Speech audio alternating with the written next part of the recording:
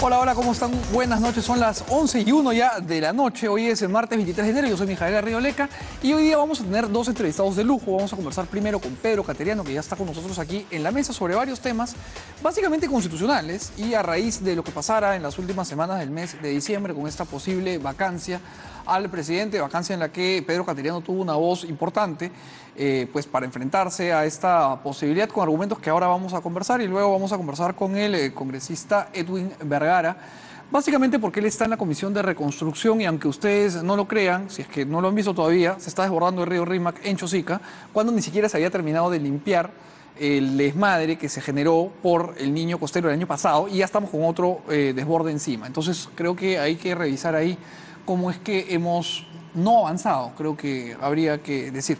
Pero eso lo dejamos para después. Comenzamos con Pedro Cateriano, que sé que hoy día además tenía un evento y que ha tenido la generosidad de acompañarnos, así que le agradezco mucho por la deferencia. Buenas noches, Pedro. ¿Cómo está? ¿Qué tal? Bien, felizmente.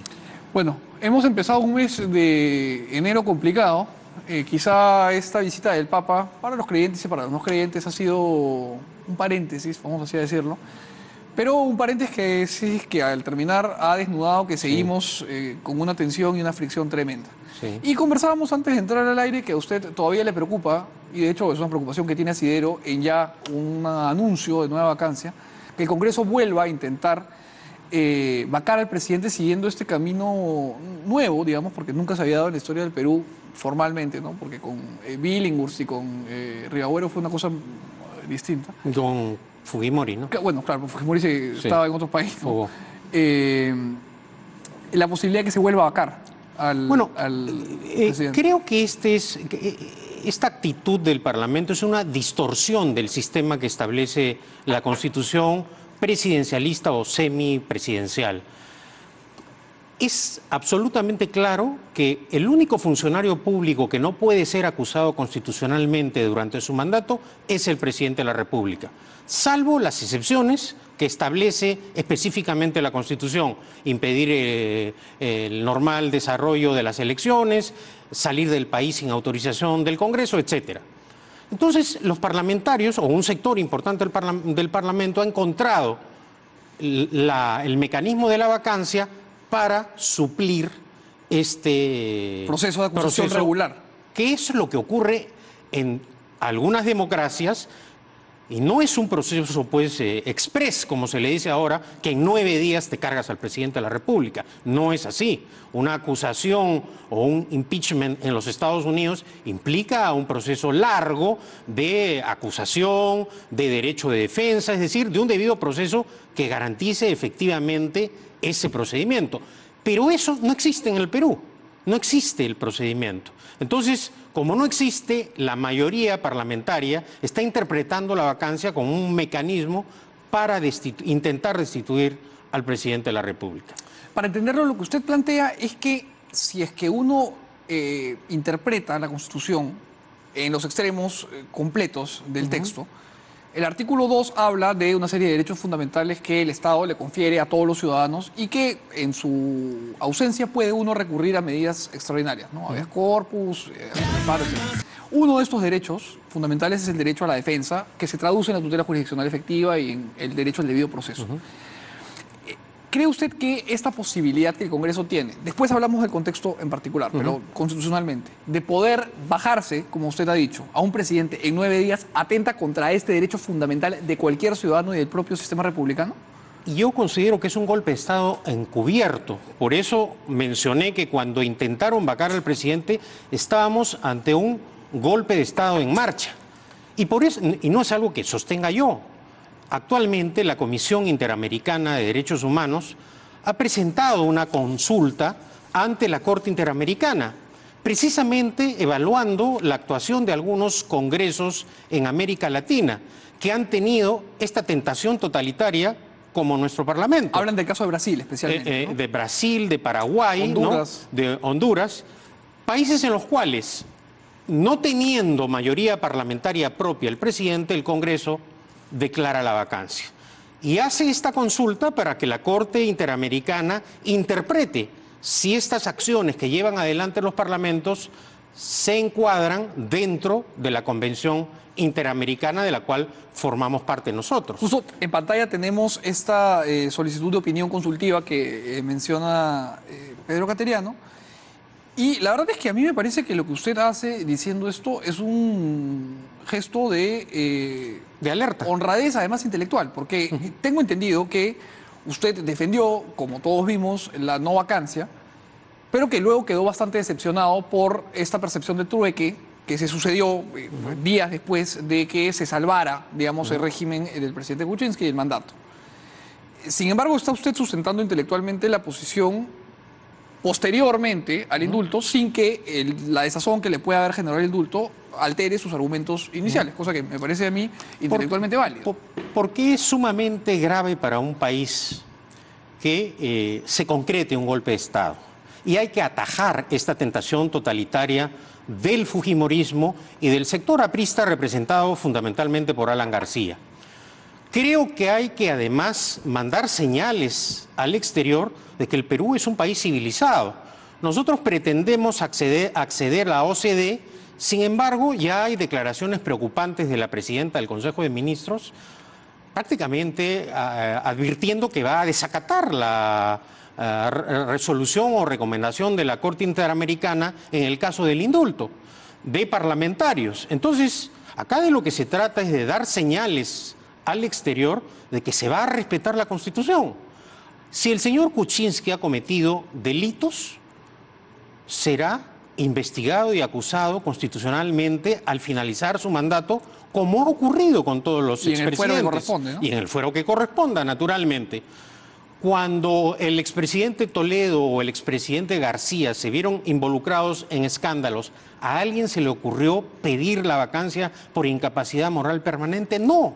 Este es un criterio político que ha tratado de impulsar el fujimorismo y cierto sector del aprismo con fines políticos partidarios. Pero en este momento lo que interesa es hacer un análisis y una interpretación de la Constitución. Porque de otro lado entraríamos a un terreno en el cual también se han lanzado apreciaciones constitucionales que carecen de fundamento. Es decir, el Congreso quiere destituir al presidente, o un sector importante del Congreso quiere destituir al presidente, pero si el presidente y sus vicepresidentes renuncian, no quiere ir a elecciones.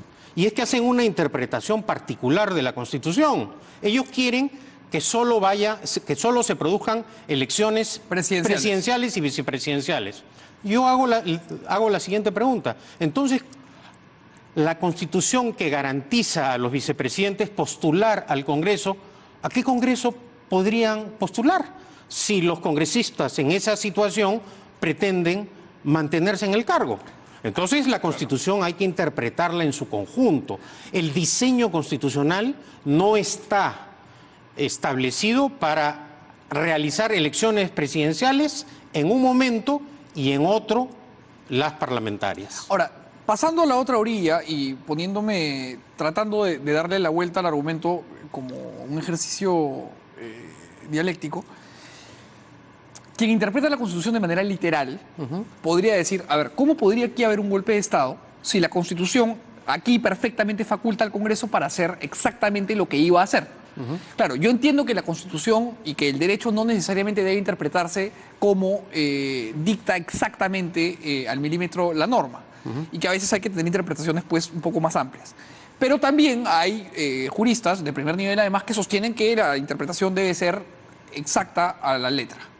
Entonces, bajo esa lógica se podría decir que no se puede configurar un golpe de Estado si es que el Congreso está actuando bajo los cánones que la propia Constitución le permite. Claro. ¿Qué es lo que desbarata la Corte? Pero igual le hago la que además es algo que no solamente sostengo yo.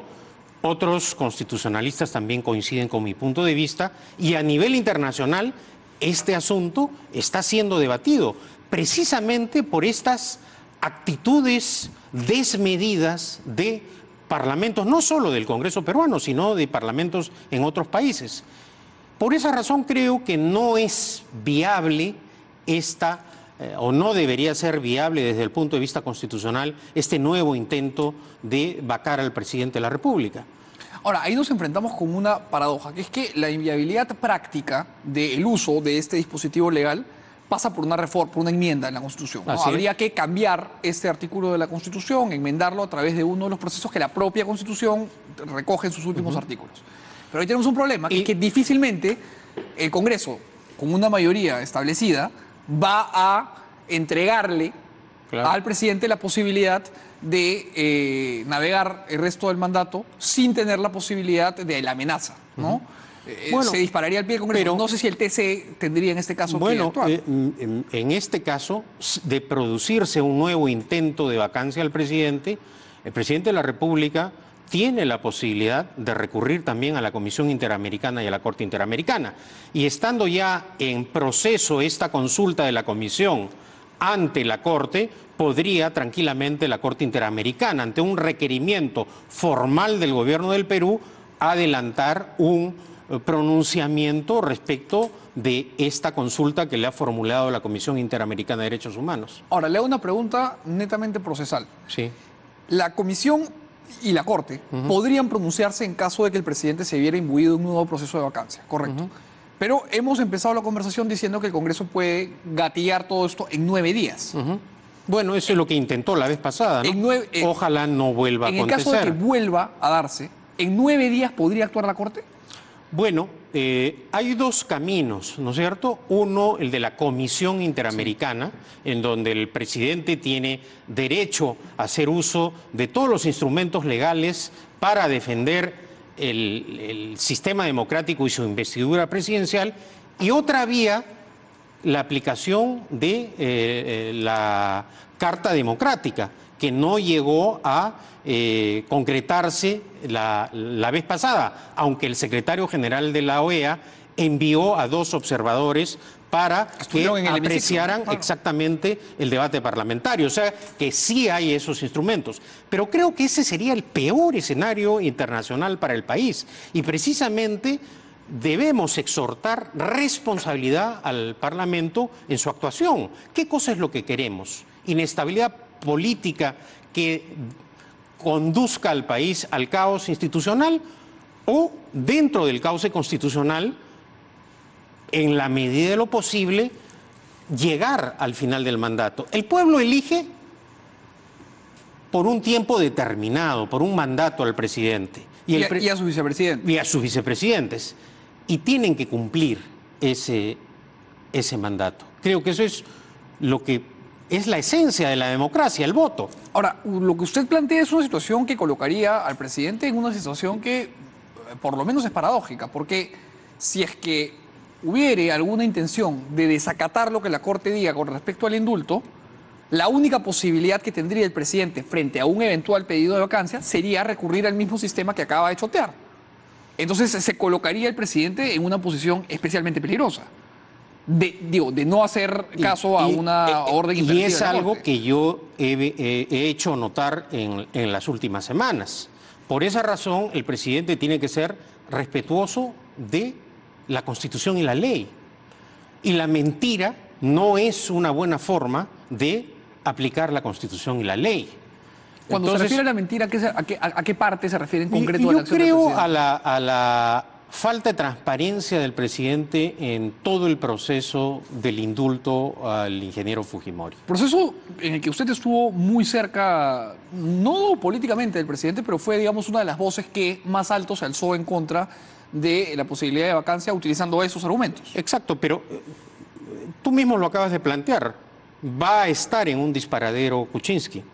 Por un lado, su primera ministra anuncia que va a desacatar las resoluciones de la resolución o recomendación de la Corte en el caso de que ésta objete el indulto a Fujimori. Y de otro lado, ante un eventual pedido de vacancia del Congreso, la vía que va a tener para defenderse el presidente va a ser la Corte Interamericana y la Organización de Estados Americanos. Entonces, creo Una paradoja importante ahí, ¿no? Claro que sí. Ahora, el presidente ha dicho en más de una oportunidad,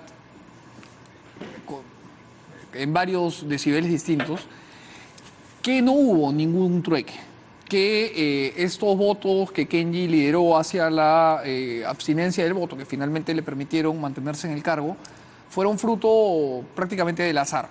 Evidentemente hay una porción mayoritaria de la población que no ha creído en esto, y eso lo reflejan las encuestas, y hay bastantes voces que han estado muy metidas durante este proceso, incluyendo la suya, que han señalado que tampoco creen que esto haya sido así.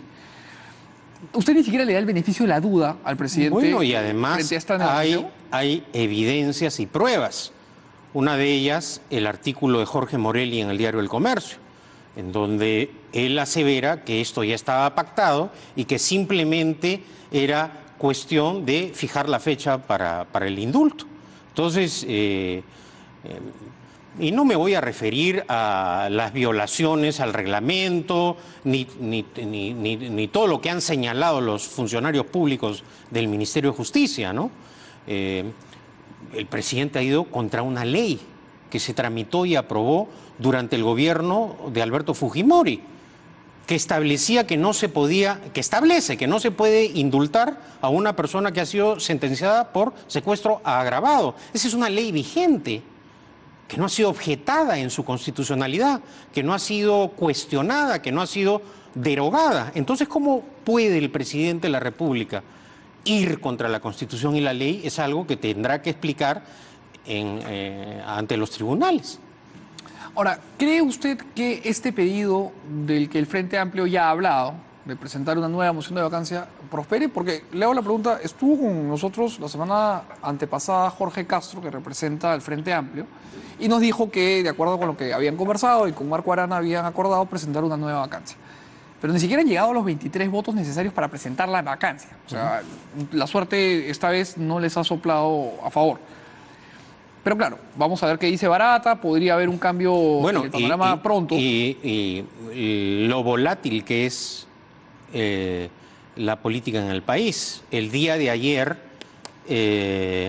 un grupo de congresistas, a raíz de esta nueva noticia sobre un pago que habría recibido Kuczynski de más de $1 millón, ya estaba exigiendo la renuncia. Entonces volvemos a lo mismo, al ultimátum de la vez pasada: o renuncias o te vacamos. No sé si a eso llegarán nuevamente los parlamentarios, pero estamos en la obligación de alertar que esta vía que se pretende emplear nuevamente, no digo mayoritariamente, pero que se está tramitando, es contraria a la Constitución y a la ley.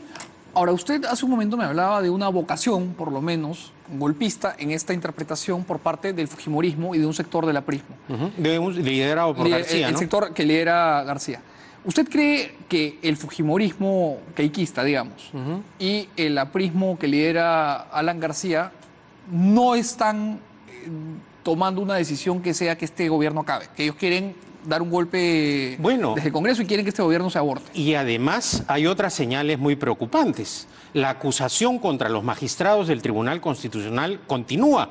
Creo que el presidente del Congreso ha señalado que esto pasaría pronto a la Comisión Permanente. Es decir, también en este caso el Congreso va contra la Constitución. Es claro que los magistrados del Tribunal Constitucional, al igual que los congresistas, tienen inmunidad. No responden por sus actos ni por sus votos. No tienen responsabilidad penal, civil ni administrativa. No obstante, a la claridad de la Constitución, el Congreso pretende cargarse a los magistrados, por lo menos a uno de los magistrados del Tribunal Constitucional, y acusar a los otros. Esta es una situación sumamente grave. Y tampoco, simplemente por el momento está en la congeladora, la acusación constitucional contra el fiscal de la Nación. Es decir, hay señales de alarma que nosotros estamos en la obligación de denunciar esta amenaza manifiestamente golpista de un sector del Parlamento contra el presidente de la República, contra 4 magistrados del Tribunal Constitucional y contra el fiscal de la Nación. O sea, ¿estaría usted en condiciones de afirmar, al menos en teoría y con los hechos que hay sobre la mesa, que el fujimorismo y este sector del aprismo tienen una intención de dar un golpe utilizando este sistema procesal al presidente de la República? Sin ninguna duda. O sea, ¿usted cree que hay un golpe inminente gestándose, por lo menos creo, en la forma? Pero ya hemos visto. Digo uno nuevo. Bueno, no digo que en la magnitud, pero sí hay señales preocupantes. En el caso de los magistrados del Tribunal Constitucional, creo que sí debemos preocuparnos de esta actitud asumida por un sector importante de congresistas, en donde ya hay otros congresistas también de Acción Popular y del Frente Amplio que están apoyando esta amenaza al orden constitucional de cargarse, o por lo menos acusar a 4 magistrados del Tribunal Constitucional y intentar destituir a uno de ellos. Ahora, le hago una pregunta, señor Cateriano. ¿Cree usted que esta crisis de diciembre, además, por supuesto, de poner luz sobre la miseria de nuestras instituciones, que son inexistentes, ha desnudado una serie de problemas constitucionales más allá de este asunto? Sí, claro que sí. Porque una de las cosas que a quienes íbamos cubriendo los hechos nos sorprendió, y lo he conversado con varios colegas, es que constantemente nos vimos en situaciones de, digamos, de estiramiento constitucional, en donde volteábamos a escuchar expertos y ni siquiera había una opinión clara sobre qué hacer aquí, ¿no? Porque claramente nuestra Constitución no estaba preparada, nuestro sistema no está preparado para extremos como este. ¿Qué hacemos? ¿Desde dónde la reformamos? Bueno, y además, una vez más se ha probado lo peligroso que es para el país contar con un parlamento unicameral, ¿no? Como la calentura política y la carencia de una Cámara como la de senadores, en ciertas circunstancias como la que hemos vivido en diciembre, ponen al país ante el peligro de una ruptura del orden constitucional. O sea, ¿usted cree que un Senado le daría un segundo aire a la discusión y un una espacio más de reflexión? actitud hacia el debate político más reflexivo, no tan en caliente, como lo vienen demostrando? Más aún cuando precisamente los líderes más notorios del Congreso no se caracterizan precisamente por su frialdad en el debate. De acuerdo.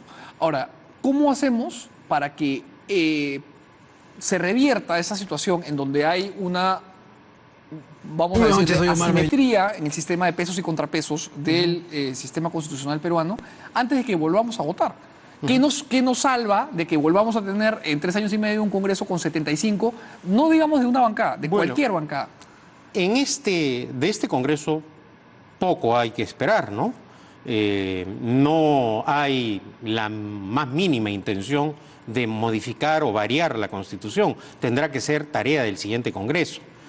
Pero la crisis por la que estamos atravesando en este momento está en manos de los fiscales y de los jueces. Ellos en este momento son los encargados de hacer la verdadera reforma y de preservar el orden constitucional. Ahora, ¿cree que otra de las figuras que se ha estirado, que se ha interpretado quijosamente en los últimos años ha sido la prisión preventiva? Bueno, lo ha dicho... Yo ya lo he señalado, la Comisión Interamericana también ha emitido una opinión. Creo que de la manera en que se están dictando las detenciones preventivas vulneran claramente la presunción de inocencia que garantiza la Constitución, el derecho de defensa y el debido proceso, ¿no? No es lo mismo defenderse en libertad que estando en prisión. Y en algunos casos transcurren los meses y los detenidos ni siquiera tienen acusación fiscal, como es el caso de Ollanta Humala y de su esposa, ¿no? Quiero conversar más sobre este tema con usted, pero le pido hacer una breve pausa y regresamos para desarrollarlo. Corte claro y sí. Regresamos. Hablábamos de las prisiones preventivas, de cómo se han utilizado últimamente, pero esto hacía yo la pregunta antes de ir al corte a la luz de las declaraciones que hemos conocido que dio Marcelo Odebrecht y que tanto El Comercio como IDL Reporteros ha publicado el día de hoy, que son declaraciones que vuelven a poner el ojo de la tormenta encima de nuestros políticos. ¿Qué opina usted de lo que ha dicho el señor Odebrecht? Bueno, él ha ratificado y ha empleado, creo, si no me equivoco el término, con certeza he apoyado a los principales candidatos, a Humala, a Alan García, a Keiko Fujimori y a Kuczynski. Entonces, los que tenían, y a Toledo, y los que tenían duda pueden escuchar el audio, ¿no? Naturalmente, los que no quieren analizar la verdad de lo acontecido recurrirán a las monotemáticas muletillas de los defensores de las personas que niegan haber recibido esos apoyos. Ahora, Hay una estrategia que claramente ya está en marcha por parte del señor Odebrecht de empoderar sistemáticamente a Barata para que sea él quien pueda dar la estocada o salvar de dar la estocada a quien corresponda, porque en prácticamente cada respuesta de Odebrecht él dice efectivamente tengo certeza, tengo esta intuición, tengo esta idea, recuerdo esto, pero consulten con Barata. ¿Cree usted que esto es un genuino interés del señor Odebrecht de conferirle a Barata la autoridad? ¿O lo que hay es más bien una estrategia de darle a Barata la posibilidad de comprar más tiempo y que Odebrecht pueda terminar de liquidar activos? Ahora, yo no sé si Barata va a rectificar a Marcelo Odebrecht, ¿no? Claro, porque Porque ahí lo va a poner en aprietos a Odebrecht. Quiere decir entonces que Odebrecht mintió. Lo concreto es lo siguiente. Los procedimientos, la manera, es decir, la forma en que Barata operaba en Lima, claramente no la tenía Odebrecht, según sus declaraciones. Él sabía que daba esos apoyos Barata, pero la forma en que dio los apoyos, con qué personas, a quienes les entregó esos dineros, eso naturalmente lo tiene que decir Barata. El único caso en el cual da señales es precisamente en el del expresidente Humala, porque fue un pedido que le hicieron a él en el Brasil. En los otros casos, Barata le daba cuenta. Por esa razón, cuando Barata le señala a Odebrecht el tema de Keiko Fujimori, para evitar el problema, él dice aumentar a Keiko y anota 500, porque creía que apoyando a Humala los fujimoristas se podían resentir. Ahora, en ningún momento Barata ha señalado que le ha dado el dinero a Keiko Fujimori o que le ha dado el apoyo económico a Alan García. No hay ninguna declaración. Lo que ha señalado Odebrecht, Marcelo Odebrecht, es que sí ha apoyado las candidaturas. Y la persona que va a dilucidar cómo se entregaron esos apoyos económicos y a qué personas tendrá que ser Barata. Ahora, y para conectar un poco este asunto con el último tema del que quería hablar antes de que pueda yo ya dejarlo ir, es el tema del Club de las Constructoras, que ha vuelto a cobrar mucha importancia, sobre todo después de la tormenta de diciembre, que había un poco amainado este tema, ha vuelto a ponerse sobre la mesa. ¿Qué opinión le queda sobre lo que ha sucedido y sobre lo que parece empezar a configurarse como una situación en la que se están concertando precios? Bueno, creo que las investigaciones recién se han iniciado. Sorprende, no por que sea injusta la liberación de estos empresarios, sino por la manera en que actúa el Poder Judicial, que en algunos casos la detención preventiva la aplica de una forma y a otros de otra. Pero en todo caso creo que hay evidencias preocupantes que obligan a la justicia a profundizar estas investigaciones, naturalmente. Ahora, lo que conversaba yo ayer aquí en este programa sobre este tema es que el tinglado legal que se ha utilizado para perpetrar esta posible colusión sigue vigente. Y no hay una vocación, por lo menos manifiesta en ninguna bancada, por revisar las leyes y los sistemas regulatorios que han permitido la cuchipanda que hoy estamos empezando a conocer. Bueno, pero esa no es una actitud que deba sorprendernos. El actual Parlamento, por ejemplo, se ha negado a tipificar como delito las donaciones ilegales para las campañas electorales. Ha sido tal el escándalo, varios de los congresistas han acusado a determinadas personas de haber cometido delito por haber recibido aportaciones ilegales a las campañas electorales. Sin embargo, el Parlamento se ha negado a tipificar como delito la percepción de donaciones ilegales en las campañas electorales. Entonces, a mí no me sorprende esta actitud irresponsable del Parlamento. De acuerdo, y termino por el comienzo. El fujimorismo hoy por hoy enfrenta lo que parece ser una crisis de identidad o de continuidad de su mayoría solvente de 71 miembros, ¿no? Y digo esto por Kenji. ¿Cree usted que esta pelea responde a un criterio real o que es una cuestión de recreo que va a terminar pronto de decantarse y que no pasó nada ahí? Prefiero no especular y esperaré los resultados finales como la mayoría. Pero creo, una vez más, que el fujimorismo no ha demostrado una vocación y convicción democrática en su conducta, ¿no? ¿Por qué? Porque se lo digo porque ha participado de procesos electorales, ha participado de más de un congreso y bien que mal ha encauzado su participación política dentro de las normas vigentes. Precisamente por esta clase de actitudes, como por ejemplo haber intentado vacar al presidente al margen de la Constitución y la ley, la manera selectiva en que investiga. ¿Por qué la señora Keiko Fujimori no ordenó al Parlamento investigar a Joaquín Ramírez? Con la misma energía que ordenó a sus parlamentarios que nos investiguen a los exintegrantes del anterior gobierno. ¿Por qué esta protección de Keiko Fujimori a Joaquín Ramírez? Entonces son actitudes naturalmente antidemocráticas. Para los adversarios todo y para los amigos nada. Cuando dice usted esto, creo que me permite hacerle una pregunta sobre el tema anterior de las constructoras. Es que usted ha encabezado, por lo menos, el ala, vamos a decir, ejecutiva del Poder Ejecutivo, que es el gabinete. Mientras fue usted presidente del Consejo de Ministros, quizá como ministro de Defensa tuvo menos visión macro, ¿no?, del tema, pero cuando fue presidente del Consejo de Ministros, estas licitaciones y esta situación en la que un grupo de constructoras venía pues ganándose prácticamente a dedo las obras, ya venía dándose. Y esto, claro, no nació ahí, venía de antes y continuó luego. ¿No hubo ninguna percepción por parte de su gabinete o de usted mismo como presidente de que algo raro estaba sucediendo ahí? Yo recuerdo el caso de la línea del metro, Sí. en donde dos constructoras quedaron precalificadas técnicamente. Odebrecht y el consorcio español-italiano y COSAPI. Y hubo en un momento determinado una presión de Odebrecht para prorrogar la licitación.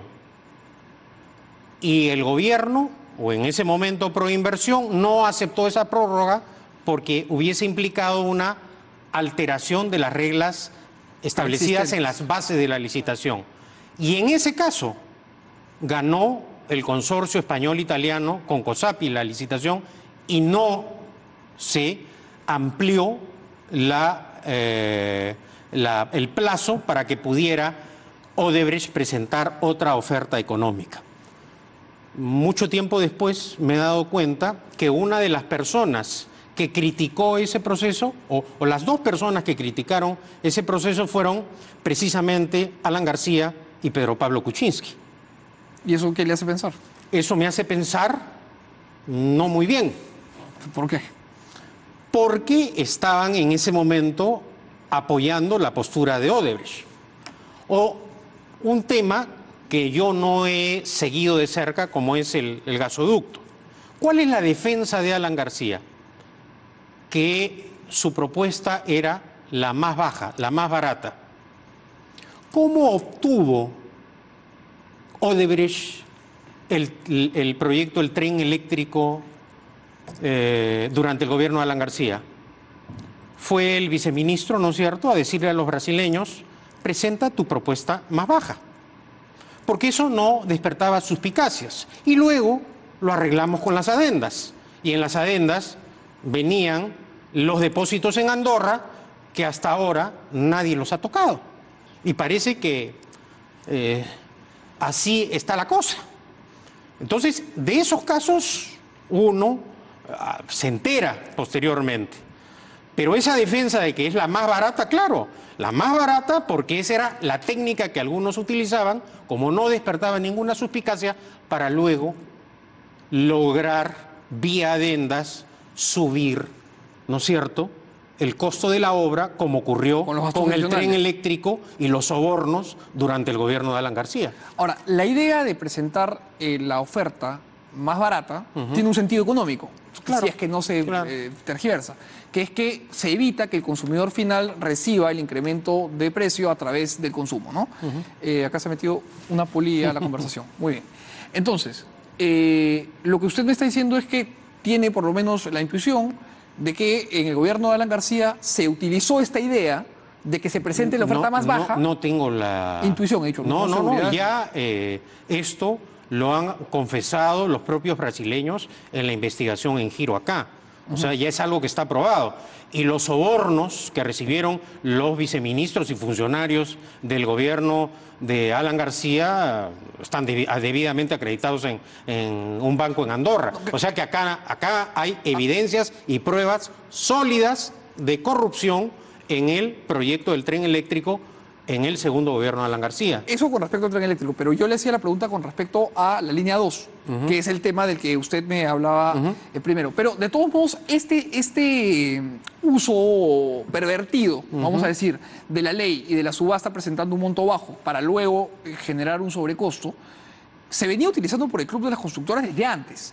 Y claro, yo me imagino que ahora, a la luz de la información que está sobre la mesa, usted puede mirar la información que conoció de manera privilegiada siendo primer ministro y no solamente encontrar esta coincidencia que me ha mencionado, sino ver alguna serie de hechos que pueden despertar suspicacia. Lo que a pasa posteriori. es que hace algunos días también el propio ministro Carlos Paredes ha declarado, ¿no?, que mientras él fue ministro no recibió ninguna denuncia. Cuando yo ocupé el cargo de presidente del Consejo de Ministros, veía un manejo macro del gobierno. Naturalmente, los ministros responsables tienen la información detallada de lo que ocurría en cada uno de sus sectores. En ese momento no se produjo ninguna denuncia que hubiese ameritado, naturalmente, la acción de parte del gobierno, que yo no tengo la menor duda hubiese sido la de denunciar un hecho ilícito si hubiese acontecido, ¿no? Claro, porque mucho se ha hablado y se ha estado conversando sobre la asignación de obras desde el MTC, pero no es el MTC el único ministerio que ejecutaba presupuesto para construir, ¿no? Así es. Y además vemos que muchas de las denuncias están involucrados también gobiernos regionales, ¿no? El gobierno regional del Callao y otros gobiernos regionales. El tema es que hasta ahorita esas mismas empresas siguen licitando. Sí, y el Parlamento no ha tomado ninguna medida legislativa, como lo señalas, para variar la condición jurídica de las contrataciones. Y si ese sistema de contratación con el gobierno central sigue pervertido, en los gobiernos regionales la situación es absolutamente trágica porque ni siquiera nos enteramos. Digo, las autoridades centrales aquí en Lima, lo que pasa el es que sistema sigue pervirtiéndose. Lo que pasa es que esa debería ser una tarea de la Contraloría General de la República y también del Parlamento. No hay que olvidar que los funcionarios públicos que no dan cuenta de sus actos al Parlamento son los gobernadores regionales. Si uno se da cuenta y revisa las citaciones, por ejemplo, a la Comisión de Fiscalización de los gobernadores regionales, casi ni concurren al Parlamento. Y es porque la visión o el objetivo del Parlamento ha estado más centrado o dirigido hacia el gobierno central y no a los gobiernos regionales o municipales. Lo que es terrible porque hoy por hoy los gobiernos regionales ejecutan buena parte del presupuesto. Claro que sí, y hay sectores en los cuales se produjo una transferencia de competencias que hacen que hoy día manejen una importante cantidad de recursos. Bien, ha sido un gusto conversar con usted. Muchísimas Encantado. gracias por su presencia. Son las 11:41.